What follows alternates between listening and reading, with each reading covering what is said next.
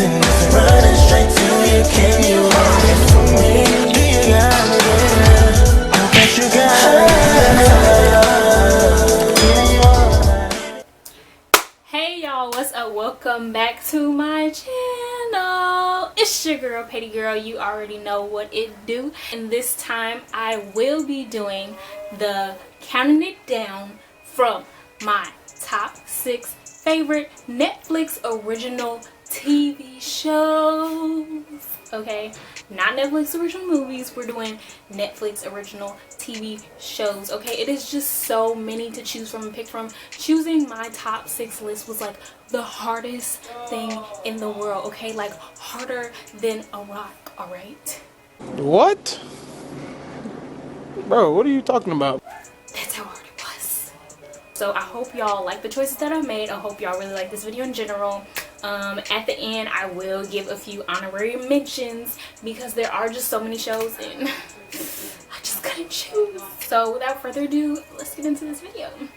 At number 6. Okay, starting at number 6, it is one of my, oh my gosh, all these are my favorites. Okay, but it is The Circle. Oh my gosh, y'all, let me tell y'all something about The Circle. Look, first off, I was not even going to watch The Circle in the first place. Okay, my friend came over one day and she was like, oh, okay, have you watched The Circle? I'm like, girl, The Circle. I was like, I thought that was like something about people was playing video games and stuff, you know. She was like, no. She's like, for real, like, it's good. Like, I'm telling you, like, I watched like the first 1-2 episodes and so far, like, it's really good. Okay, I'm gonna trust you, right? So I turned it on and child, The Circle was hot, honey. That was the ish. From episode 1 all the way down from the last episode, I really did not think that I would fall in love with the characters as much as I did. They were just so real, so genuine. The show is that everyone is in this apartment and they can't see each other at all in the apartment, and it kind of acts like you're on social media, right?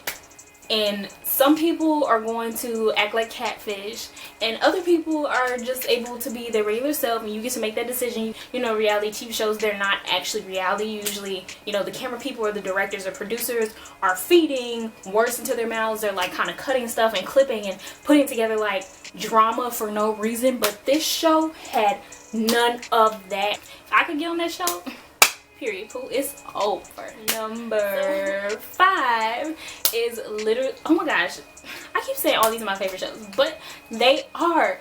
This show is a little bit old. It's not a newer Netflix original, but she's still the bomb movie, kitty, okay? She's gotta have it.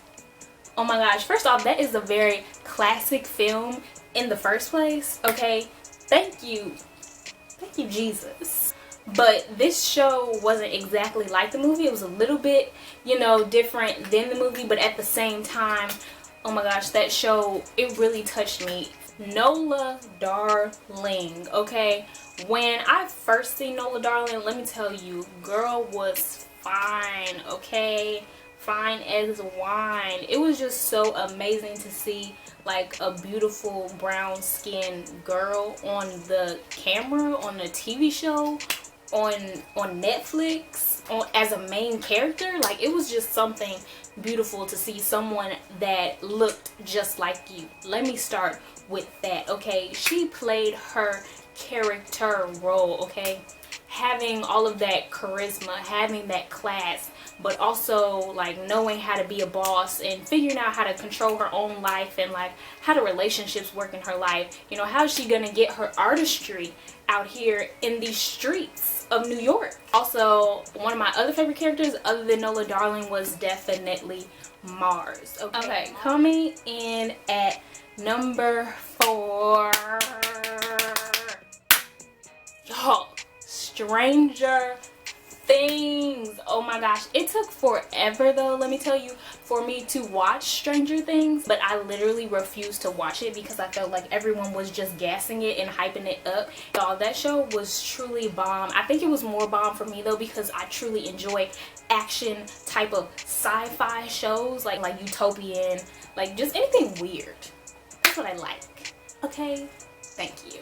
My favorite character though all around was honestly Jim Hopper. I mean, even though he didn't really believe then that all these crazy things were happening and like going on in the town at first, he ended up being my favorite character because once he did believe the kids and he did believe the mom about everything crazy that was going on, he went in full force and, you know, he made sure he took care of those kids. He made sure he took care of the town. He really stood up for everyone and he put himself on the line for other people. You were going inside of trees, and inside of those trees it was like other worlds in those trees, and then it was like these long arm like creepy things, and then they could like turn into other people, and then they were creating like these big monster things. I don't know, it was scary. It was strange things. I don't want to watch any more seasons. I hope they don't make any more seasons, because if Jim is not, okay, spoiler, if Jim is not there, I don't want to see it.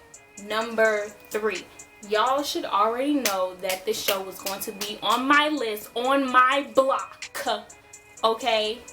Because this show, since day one, A1 since day one, they never missed a beat with this show. Let me tell you, Jamal is really that ish, and people be sleeping on Jamal. Even the friends, his friends, Monse and all them be sleeping on Jamal, okay? Because since day one, Jamal has been about his business. He has been about that money. You know, he's always helping everybody out. He's always giving somebody a job or giving somebody a place to stay, or, you know, helping people find clues to different stuff. And I feel like they just don't really appreciate Jamal. They don't appreciate the things that he ever has to offer. They just are always like, shut up Jamal, you know. But Jamal, he really puts in that work. He really does what he's supposed to do. You know, Jamal makes sure that everyone kind of stays on track and stays focused, and for that, Jamal is definitely my favorite character. Oh my gosh, it's kind of mean. I kind of was glad when Olivia was gone though, because I felt like her character was very unnecessary and she wasn't really needed, and it was already like way too many people in the friendship group. And I will say, I don't like the ending of the last season at all. Coming in at number 2 is definitely Love is Blind. Oh my gosh, y'all, I didn't realize like how so caught up I was in romance until like watching Love is Blind. Like, I really am a romantic type of person. Touched my heart, like way better than watching The Bachelor or like, you know, all those MTV shows and stuff that like come on TV and everything, because it was so genuine, it was so real. And gosh, dreams do come true. When you wish upon a star, makes no difference to you.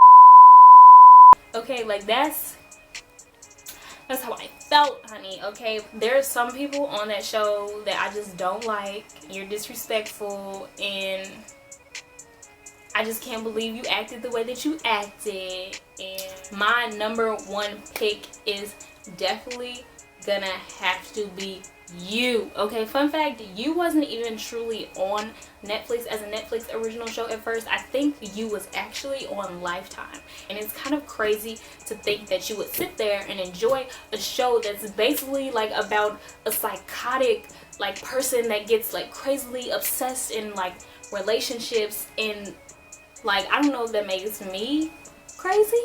I don't know if that makes any of y'all crazy, because I'm pretty sure y'all have watched You too. So I guess we all just crazy here, because why do we like the crazy? Ain't that crazy?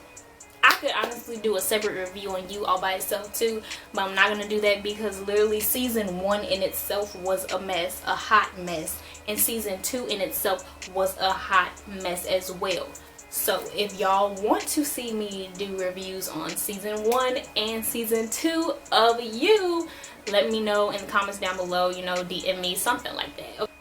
And then a few honorary mention shows that, you know, I wanted to tell y'all about that are also really good Netflix shows that y'all can sit down and watch during quarantine but didn't make it on my list are Lock and Key. I watched Lock and Key. Raising Dion. Okay, I watched that. Self-Made Millionaire, Madam C.J. Walker.